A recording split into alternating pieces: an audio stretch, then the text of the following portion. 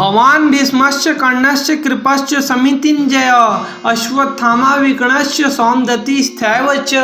In this video I will tell you Shloka 8 Srimad Bhagavad Gita chapter 1 Arjuna Visad Yog. If you are troubled with your life and busyness, then I humbly request you to understand the Shloka Bhagavad Gita with me. I have presented these shlokas for you in the simplest form in both Hindi and English languages. Without any charge, you will get the solution to all the problems. You just do not have to take it as a joke. The shloka is Bhavan Bhishmascha Karnascha Kripascha Samitinjaya Ashwathama Vikarnascha Swamdati Stavacha. This shloka 8 was spoken at that time when both the armies were face to face in the battlefield. When Duryodhana was describing the strength and bravery of his army in front of Guru Dronacharya before the war, then this shloka was spoken. In the first shloka that I have told you, Duryodhana had only told about the great heroes and braves of his army.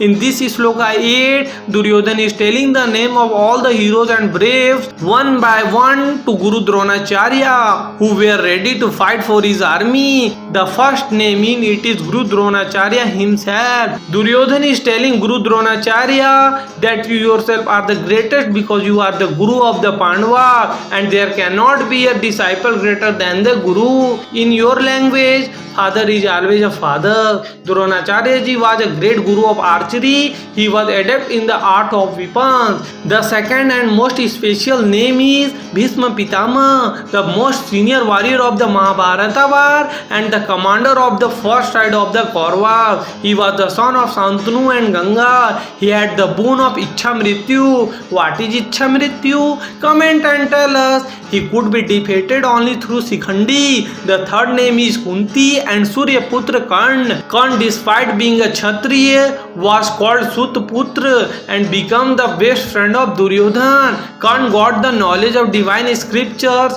from Prashuramji. Karna was wearing armor and earring which were deceitfully taken away by Indra, and finally Karna attained martyrdom at the hands of Arjun. You will be surprised to know that Karna is Arjun's half brother because he was born from Kunti womb before she got married to King Pandu. The fourth name is Chiranjeevi Maharshi Kripacharya ji. Kripacharya ji had the boon of immortality.